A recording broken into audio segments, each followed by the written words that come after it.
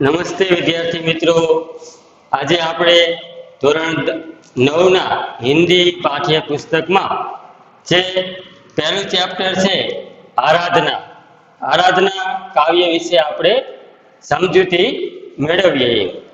આપણા હિન્દી પાઠ્યપુસ્તકમાં જે પહેલું કાવ્ય છે આરાધના આરાધના એટલે કે પૂજા અર્ચના વિનંતી।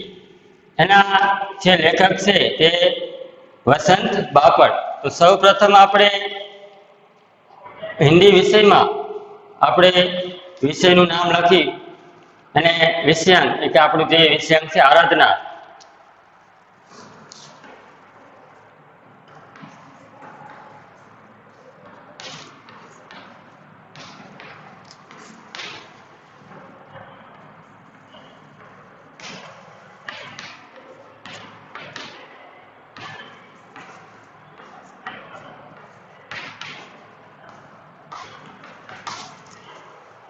तो आराधना काव्यना जे कवि छे तेनुं नाम वसंत बापट। એટલે કે સૌપ્રથમ આપણે કવિ પરિચય ની સમજૂતી જોઈ લઈએ। તો નામ વસંત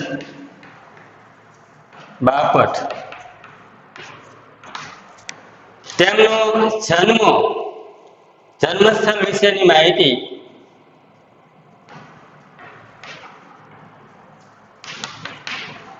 तो जन्मस्थल महाराष्ट्र जे राज्य से त्यानु महाराष्ट्र के सतारा जिले के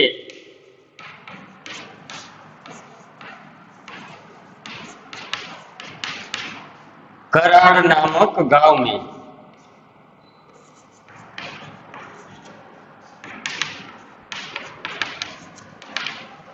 महाराष्ट्र सतारा जिले के कराड़ नामक गांव में वसंत जी का जन्म हुआ था। उसकी कर्मभूमि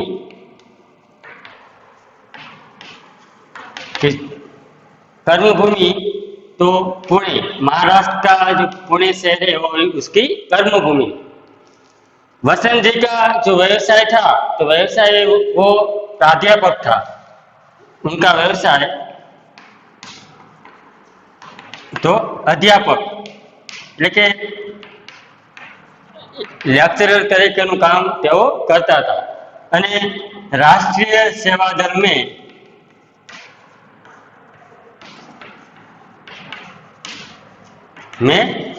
નિયુક્ત थे।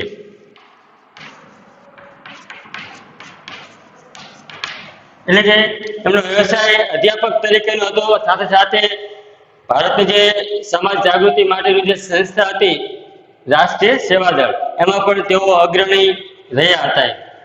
એમની જે પ્રમુખ રચનાએ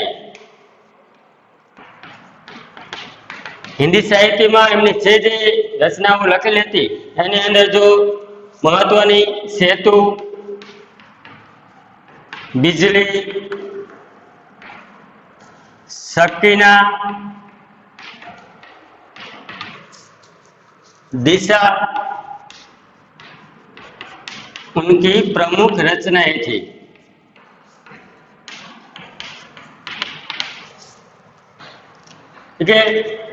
वसंत बापट जी का जन्म महाराष्ट्र के सतारा जिले के कराड़ नामक गांव में उसका जन्म हुआ था।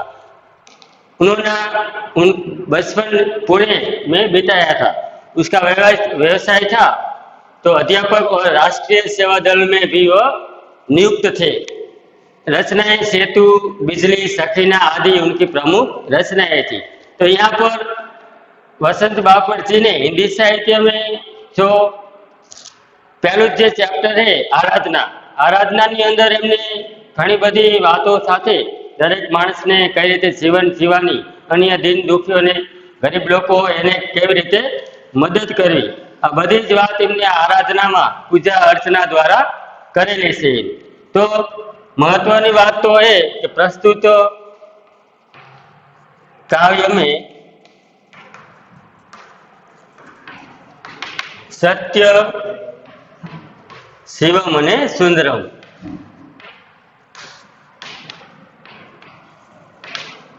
की बात कही गई है।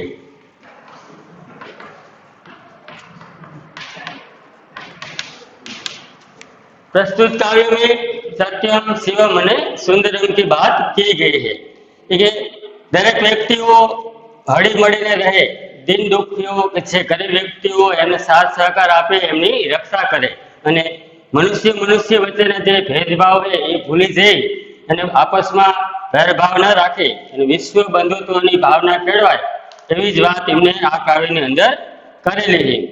તો માણસને પ્રેરણા દેવાવાળી આ કવિતા એક પૂજાના અર્થમાં, વિનંતીના અર્થમાં વસંતજીએ લખેલી છે। તમે જુઓ કે આપણું પાઠ્યપુસ્તકમાં ચાહે ગુજરાતી હોય કે હિન્દી હોય તો સૌ પ્રથમ પ્રાર્થના ભજન અથવા તો દેવી દેવતાને યાદ કરવામાં આવ્યા હોય, તો અહીં પણ વસંતજી પોતે મરાઠી ભાષાના કવિ છે અને એમાં એમને આ મરાઠી ભાષામાંથી હિન્દીમાં અનુવાદ કરેલું આ કાવ્ય નામ છે આરાધના, એટલે કે પૂજા અર્ચના। તો સૌ પ્રથમ આપણે આ કાવ્યની સમજૂતી અને કાવ્ય ગાન સાથે આપણે એની સમજૂતી આપીશું। તો સૌ પહેલા હું આ કાવ્ય ગાઉં તો તમે બધા સાથે સાથે અંદર જોતા જજો।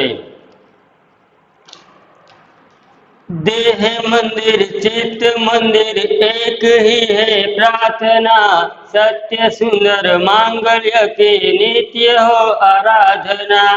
देह मंदिर चित्त मंदिर एक ही है प्रार्थना, सत्य सुंदर मांगल्य की नित्य हो आराधना। दुखियारों का दुख जाए यही मन कामना, वेदना को परख जगाए संवेदना। दुर्बलों को रक्षणार्थ पौरुष की साधना, सत्य सुंदर मांगल्य की नित्य हो आराधना। देह मंदिर चित्त मंदिर एक ही है प्रार्थना, सत्य सुंदर मांगल्य की नित्य हो आराधना। जीवन में नव तेज हो अंतरंग में भावना, सुंदरता की आस हो मानव की उपासना। शौर्य पावे धैर्य पावे यही अभयर्थना, सत्य सुंदर मांगल्य की नित्य हो आराधना। देह मंदिर चित्त मंदिर एक ही है प्रार्थना, सत्य सुंदर मांगल्य की नित्य हो आराधना। भेद सभी अस्त होवे वैर और वासना, मानवों की पूर्ण हो कल्पना। मुक्त हम चाहे एक ही बंधुता की कामना, देह मंदिर चित्त मंदिर एक ही है प्रार्थना, सत्य सुंदर मांगल्य की नित्य हो आराधना, नित्य हो आराधना। એટલે કે વિદ્યાર્થી મિત્રો, અહીં આપણા જે કાવ્યનું એક ભક્તિ પૂજા અર્ચનાના ભાવમાં કે દેહ મંદિર ચિત્ત મંદિર એક હી પ્રાર્થના, એ કે પોતાના શરીર અને મનથી કવિ વસંતજીએ દરેક મનુષ્યને એ રીતે પ્રાર્થના કરવાની વાત કીધેલી છે કે દરેક મનુષ્ય પોતાના દેહરૂપી શરીર અને મનથી સ્વસ્થ રહી અને બધાને હળીમળીને રાખવા માટેની પ્રાર્થના કરેલી છે। હવે આપણે આ કાવ્યના અંદર જે બે પંક્તિઓમાં 3 ચરણમાં વહેંચાયેલી છે, તો પહેલા ચરણમાં જે પંક્તિ રહી કે દેહ મંદિર ચિત્ત મંદિર એક હી હે પ્રાર્થના, સત્ય સુંદર માંગલ્ય કી નિત્ય હો આરાધના, એટલે કે આપણે હવે વિગતવાર એની સમજૂતી મેળવતા જશું। તો અહીંયા કવિ પરિચય એને લખાઈ ગયું હોય તો હવે કાવ્યની સમજૂતી કરતા પહેલા એના જે અઘરા શબ્દો આવતા છે, અપરિચિત શબ્દો, એ તમે તમારી નોટબુકમાં નોંધતા જજો।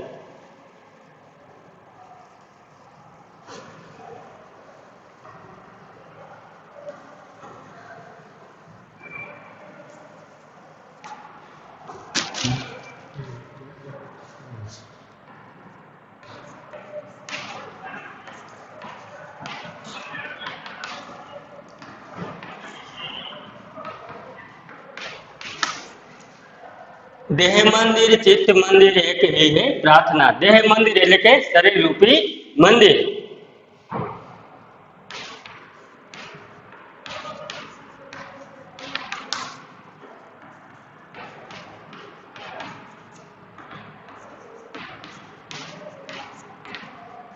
ચિત્ત મંદિર એટલે કે મનરૂપી મંદિર.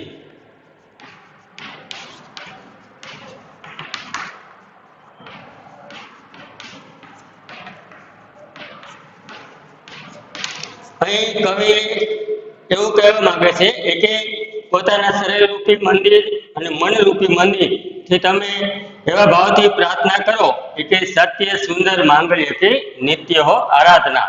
કે દરેક લોકો પોતે પોતાના શરીર અને મનથી સત્ય શિવમ અને સુંદરમની આરાધના થાય. કે પોતે પોતાનું મન નિર્મળ સ્વસ્થ રાખી અને પોતાના એવા પવિત્ર શરીરરૂપી દેહથી એવી આરાધના પૂજા કરે કે લોકો સત્યના માર્ગે ચાલે. કોઈ પણ લોકો અસત્યના માર્ગે કે કોઈ ખોટું કાર્ય ન કરે એ માટેની વાત એમને આ પહેલી પંક્તિમાં કીધેલી છે. એટલે કે દરેકના મનમાં સુંદર વિચારો આવે અને એકબીજાના હિતનો વિચાર કરે. ચાહે કોઈ પણ વ્યક્તિ હોય જો ખરાબ રસ્તે જતો હોય તો એને યોગ્ય સારા રસ્તે સત્યના માર્ગે ચાલવા માટે એનો રાહ બતાવવાની વાત કવિ પહેલી પંક્તિમાં કીધેલી છે. એટલે કે કવિ કહે છે કે દેહ મંદિર ચિત્ત મંદિર એક ही है प्रार्थना सत्य सुंदर मांगल्य की नित्य हो आराधना. એટલે કે કવિ કહે છે કે મારી આજ હંમેશને માટે બધાને એવી જ પ્રાર્થના છે કે દરેક લોકો પોતે સત્ય શિવ અને સુંદરની આરાધના કરતા થાય અને તેમના મનમાં સુંદર વિચારો આવે અને એકબીજાના હિતનો વિચાર કરે. પોતાને ગમે તેટલું સારું હોય તો બીજા વ્યક્તિઓનો પણ થોડો વિચાર કરવાની વાત કવિ આ પહેલી પંક્તિમાં કીધેલી છે. બીજી પંક્તિ दुखियारों का दुख जाए है यही मन कामना वेदना को परख पानी जगाए संवेदना दुर्बलों को रक्षणार्थ पौरुष की साधना. कि दुखियारों का दुख जाए. कवि प्रार्थना करे કે શેર જગતના અમુક એવા બધા લોકો હોય કે દુઃખી હોય તો આ લોકોનું એક દુઃખ દર્દ દૂર થઈ જવું જોઈએ.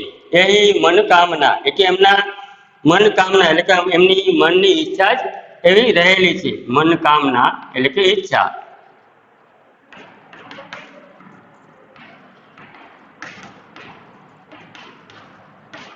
એટલે કે કવિ એવું કહે કે દુખિયારો કા દુઃખ જાય હે યહી મનકામના. કે જે વ્યક્તિઓ દુઃખી એ ગરીબ એમનું દુઃખ દર્દ એમની ગરીબી દૂર થાય એવી એમના મનની ઈચ્છા છે. વેદના કો પરખ પાને જગાએ સંવેદના. વેદના એટલે પીડા દર્દ. કે એમનું તમારે જે દુઃખ હોય એ સમજવાનું. વેદના એટલે પીડા.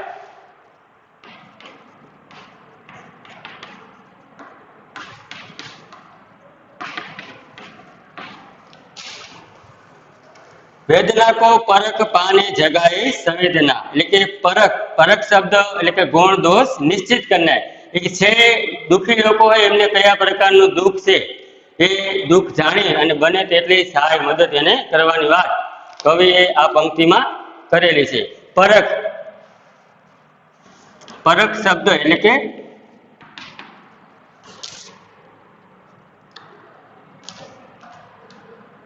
गुण दोष निश्चित करना.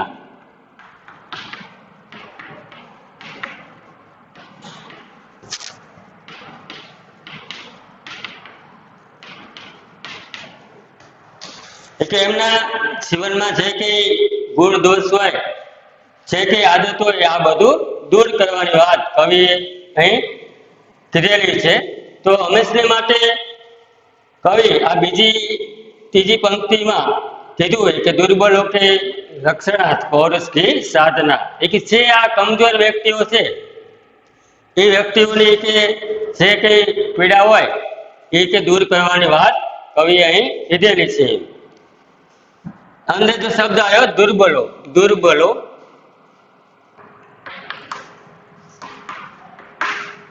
એટલે કે કમજોર. જે લોકો કમજોર છે એ લોકો કે પોતાનું જે દુઃખ દર્દ છે એ પોતાની જે કમજોરી છે એ દૂર કરવા માટે કવિએ અહીં વાત કરેલી કે એમની વેદના આપણે સમજવાની. दुर्बलों को रक्षणार्थ पौरुष की साधना. કે જે કમજોર વ્યક્તિઓ છે એ કમજોર વ્યક્તિઓનું કે જે દુઃખ દર્દ હોય એને આપણે જાણી અને એમનું દુઃખ દૂર કરવાની વાત બીજી પંક્તિમાં કીધેલી. એટલે કે કવિ હંમેશને માટે પ્રાર્થના કરે છે કે દુઃખી લોકોને પોતાના દુઃખમાંથી છુટકારો મળે અને લોકો એકબીજાની પીડાનો અનુભવ કરે. દુર્બળોના રક્ષણ માટે જ કે આપણી શક્તિ અને આપણો જે સમય છે એમાંના સારા હિત માટેનો વિચાર કરે, એવી વાત કવિએ આ બીજા ચરણમાં કીધેલી છે. એટલે કે કવિ હંમેશને માટે એવી પ્રાર્થના છે કે દરેક લોકો, દુઃખી લોકો હોય કે ગમે તે કમજોર, એટલે એમનું મનની જેટલી વાત હોય એ આપણે સમજવાની.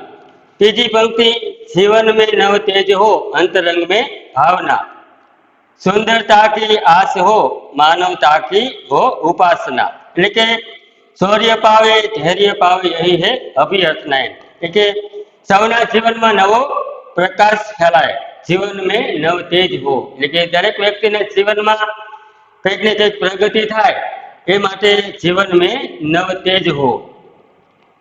સૌના હૃદયમાં સુંદર ભાવનાઓ હોય, जीवन में नव तेज हो अंतरंग में भावना. अंतरंग शब्द એટલે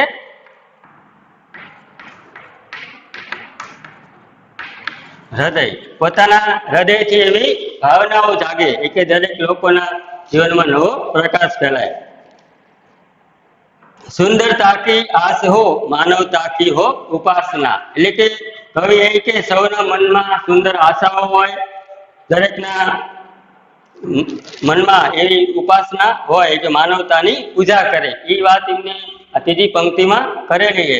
શૌર્ય પાવે ધૈર્ય પાવે यही है अभ्यर्थना. કે દરેક લોકો પોતે પોતાના જીવનમાં શૌર્ય અને ધીરજ જાળવી રાખે એ માટેની વાત કવિ આ ત્રીજી પંક્તિમાં કીધેલી છે. जीवन में नव तेज हो अंतरंग में भावना, सुंदरता की आस हो मानवता की हो उपासना, शौर्य पावे धैर्य पावे यही है अभ्यर्थना. એટલે કે કવિ એ એવું કહે કે અમારી કે એક જ એવી અભ્યર્થના વિનંતી.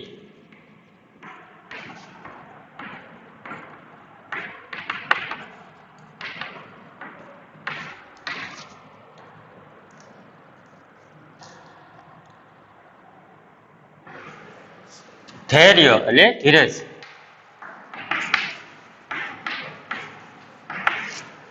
એટલે કે કવિ એક જ પ્રાર્થના કરે છે આરાધના દ્વારા કે સૌના જીવનમાં નવો પ્રકાશ ફેલાય, સૌના હૃદયમાં સુંદર ભાવનાઓ હોય, સૌના મનમાં સુંદર આશાઓ હોય અને સૌ માનવતાની પૂજા કરે અને દરેક મનુષ્ય હળી મળીને રહે અને ભાઈચારાની જેમ જીવન જીવે એવી આરાધના કરે છે.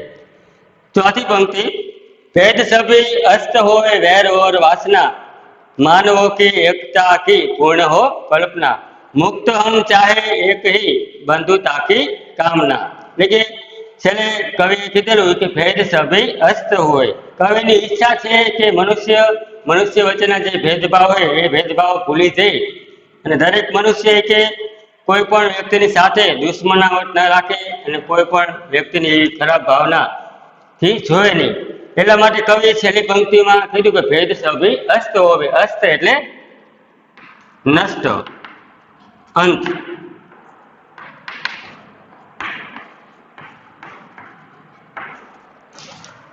ભેદ સભી અસ્ત હોવે. અસ્ત એટલે નષ્ટ. કે જે આવા જાતિ પાતિના ભેદભાવ રહ્યા એ બધા કે નષ્ટ થવા જોઈએ. કે અત્યારે તમે જો આ વિજ્ઞાનના યુગમાં માણસે ઘણી બધી પ્રગતિ કરી, ઘણો બધો વિકાસ કરેલો, એવા સમયમાં કે ઘણા બધા વ્યક્તિઓ ઉચ્ચ નીચના ભેદભાવો પણ રાખતા હોય છે કે અમીર ગરીબ જાતિ પાતે આ બધા ભેદભાવ ભૂલી જઈ અને ભેદ સભી અસ્ત હોય. એટલે કે આ જે ભેદ રહ્યા એ ભેદભાવ ભૂલી જઈ અને વેર ઓર વાસના કો નષ્ટ કરના. એટલે કોઈની સાથે એવો વેર વાસના રાખતા હોય તો આ બધું ભૂલી જવાનું. માનવો કી એકતા કી પૂર્ણ હો કલ્પના. એટલે દરેક મનુષ્ય એકમેક થઈ અને રહે એવી આ કવિએ કલ્પના કરેલી છે કે માણસ બધા એકરૂપ થઈ અને પોતે રહે. મુક્ત હમ ચાહે એક હી બંધુતા કી કામના. એટલે કવિ અહીંયા પંક્તિમાં કહે કે આ બધા ભેદભાવ ભૂલી અને બધા એક થાય, વિશ્વ બંધુત્વની ભાવના કેળવાય તો એ કે જરૂર એ કે આપણી પ્રાર્થના સાંભળશે. કે દુનિયામાં જે ઊંચ નીચના ભેદભાવો જોવા મળે છે, અમીર ગરીબ જાતિ પાતિ આવા ઘણા બધા ભેદો જોવા મળે છે. એટલે આ ભેદભાવને કારણે માણસ હવે એક નથી. એટલે કે આપણી જે વિશ્વ બંધુત્વની ભાવના છે એ ભાવનાનું જે સપનું છે એ આપણું અધૂરું રહી ગયું છે. એટલે કવિ અહીં ભેદ સભી હસ્ત હોય वैर और वासना, मानवों की एकता की पूर्ण हो कल्पना, मुक्त हम चाहे एक ही बंधुता की कामना। એટલે કે દેહ મંદિર, ચિત્ત મંદિર, શરીર રૂપી મનથી, મનરૂપી મંદિરથી આપણે એક જ પ્રાર્થના કરવાની કે દરેક લોકો સત્યના માર્ગે ચાલે, સુંદર વિચારો આવે, માંગલ્ય એટલે કે મંગલકારી, દરેકના મનમાં એવા મંગલકારી વિચારો આવે એ માટે કવિએ અહીં કીધેલું કે શરીરરૂપી મંદિરથી, મનરૂપી મંદિરથી આપણે એકરૂપ રહેવાનું. તો હવે આપણે એની ચારે ચાર પંક્તિની થોડી સમજૂતી મેળવી લઈશું. તો કવિ પહેલી જે પંક્તિ હતી, દેહ મંદિર ચિત્ત મંદિર એક હી હે પ્રાર્થના, સત્ય સુંદર માંગલ્ય કી નિત્ય હો આરાધના. એટલે કે કવિ એવું કહે છે કે દરેક લોકો ઘણું બધું ઈચ્છતા હોય, પણ મારી તો એવી એક જ પ્રાર્થના છે કે શરીર અને મનથી સત્યના માર્ગે દરેક લોકો ચાલે. જ્યારે પણ કોઈ ખોટા વિચારો કરતા હોય અથવા તો એમનામાં એવી અસત્ય વાત હોય તો એ વ્યક્તિઓ અસત્ય વાત છોડી અને સત્યના માર્ગે ચાલે અને સુંદર આરાધના કરતા થાય અને લોકો એકબીજાને હળી મળીને રહે એવા વિચારો સાથે એકબીજાના હિતનો વિચાર કરે. એટલા માટે પહેલી પંક્તિમાં કવિએ એની વાત કરેલી. બીજામાં દુખિયારો કા દુઃખ ચાહે યહી મન કામના, એની અંદર કવિ પ્રાર્થના કરે છે કે જે લોકો દુઃખી છે એ લોકોના દુઃખમાંથી છુટકારો મળે અને એકબીજાની પીડાનો અનુભવ કરે. દુર્બળોના રક્ષણાર્થ માટે કે જે વ્યક્તિઓ ગરીબ છે એ ગરીબોના રક્ષણ માટે જ કે આપણી શક્તિ અને સાહસનો ઉપયોગ થવો જોઈએ. એટલા માટે કવિ હંમેશા માટે પ્રાર્થના કરતા હોય કે જે વ્યક્તિઓ દુઃખી છે, ગરીબ છે, તેને કયા પ્રકારનું દુઃખ છે તો એ દુઃખ આપણે જાણવાનું, આપણેથી જે થાય એનો આપણે સાથ સહકાર આપવાનો. બાકી જે લોકો દુઃખી છે એ પોતે મનમાં મૂંઝાતા હોઈએ, પણ એના દુઃખ દર્દ જાણી અને આપણે એને સાથ સહકાર આપી. એટલા માટે કવિએ એ પંક્તિમાં કીધું, દુર્બળ લોકો રક્ષણાર્થ પૌરુષ કી સાધના, એટલે કે આપણી શક્તિ અને સાહસ એના માટે જ વપરાવી જોઈએ જે આવા જરૂરિયાતમંદ લોકો છે. એટલે કે જીવન મેં નવ તેજ હો અંતરંગ મેં ભાવના. એટલે કવિ એ પંક્તિ દ્વારા કહે છે કે આપણા એક પૂરતું નહીં પણ જગતના અનેક લોકોનો વિચાર કરી અને દરેકના જીવનમાં નવો પ્રકાશ ફેલાય અને સૌના હૃદયમાં સુંદર ભાવનાઓ ઉત્પન્ન થાય એવી વાત એમને કરેલી. અને બધા લોકો શૌર્ય પાવે, ધૈર્ય પાવે, પ્રાપ્ત કરે એ જ એની પ્રાર્થના છે. છેલ્લી પંક્તિમાં કવિની ઈચ્છા છે કે ભેદ સભી હસ્ત હોવે વેર ઓર વાસના. એટલે કવિ એવું ઈચ્છે છે કે મનુષ્ય વચ્ચેના જે ભેદભાવ છે એ ભેદભાવ બધા આપણે ભૂલી જવાના. એમ જાતિ પાતિના, ચાહે હિન્દુ, મુસલમાન, ઈસુ, ખ્રિસ્ત આદિ કોઈ પણ જ્ઞાતિના લોકો હોય તો બધા આપણે એકરૂપ થઈ વિવિધતામાં એકતા વાળું જે સપન છે આપણે એ સાકાર કરવાનું. એટલે કવિની ઈચ્છા છે કે મનુષ્ય વચ્ચેના ભેદભાવ ભૂલી જઈ અને કોઈની સાથે દુશ્મના વાત નહીં રાખવાની અને લોકોની જે ખરાબ ભાવનાઓ છે એ ખરાબ ભાવનાઓનો અસ્ત થઈ જવો, અસ્ત એટલે કે નષ્ટ થઈ જવો જોઈએ અને સૌ મનુષ્ય એકતાનો અનુભવ કરે તો આપણે ભાઈચારાની ભાવના પ્રાપ્ત કરીએ. એટલે કે प्रस्तुत प्रार्थना में कवि ने सत्यम शिवम અને सुंदरम की भावना के साथ दीन दुखियों की रक्षा करना, मानवता की उपासना करना, भेदभाव को दूर करना और विश्व बंधुत्व की स्थापना करना जैसे मूल्यों को प्रेरणा देने वाली यह प्रार्थना है. तो विद्यार्थी मित्रों, આપણે જે આ કાવ્યનું જે સ્વાધ્યાય છે એ સ્વાધ્યાયનું થોડું આપણે અહીંયા સમજૂતી મેળવી લઈએ. તમે સાથે સાથે લખતા જજો.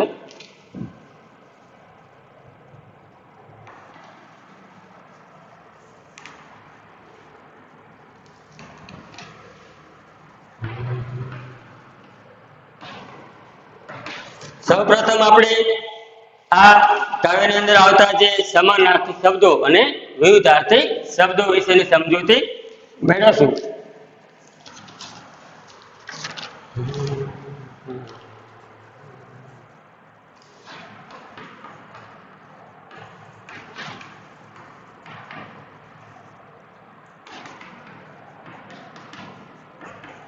પર્યાયવાચી શબ્દો એટલે કે સમાનાર્થી શબ્દો, એના જેવા જ બીજા શબ્દો છે. તો પહેલું હતું માંગલ્ય. માંગલ્ય यानी कि શુભકારી, મંગલકારી.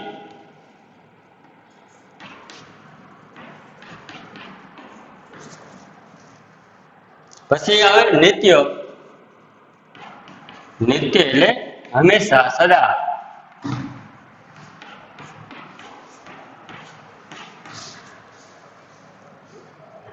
આસ.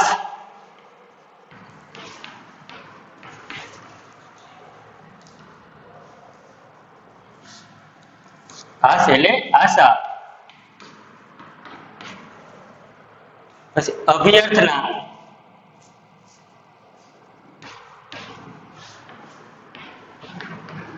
અભ્યર્થના એટલે વિનંતી.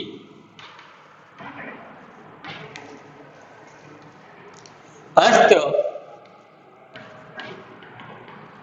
એટલે નષ્ટ. અંત વેદના એટલે પીડા.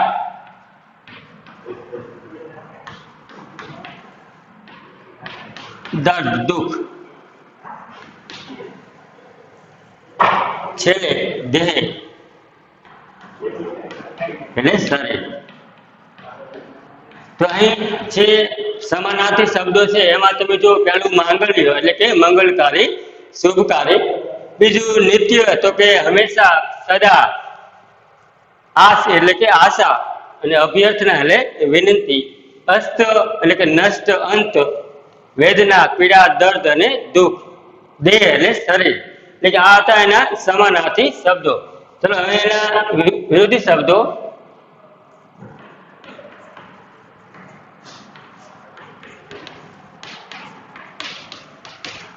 એ પણ તમે સાથે સાથે નોટબુકમાં નોંધતા જજો. પહેલું માનવ. તો માનવનું વિરોધી શું થાય? દાનવ. બીજો શબ્દ સત્ય. તો અસત્ય. પછી આગળ મંગળ. તો અમંગળ. આગળ દુઃખ. તો સુખ. દુર્બળ એટલે કે સુબળ. જે કમજોર વ્યક્તિઓ છે તે. જીવન તો મૃત્યુ. સુંદર તો અસુંદર.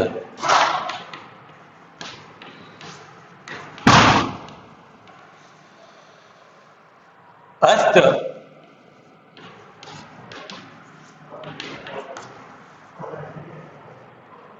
તો બદ્ધ.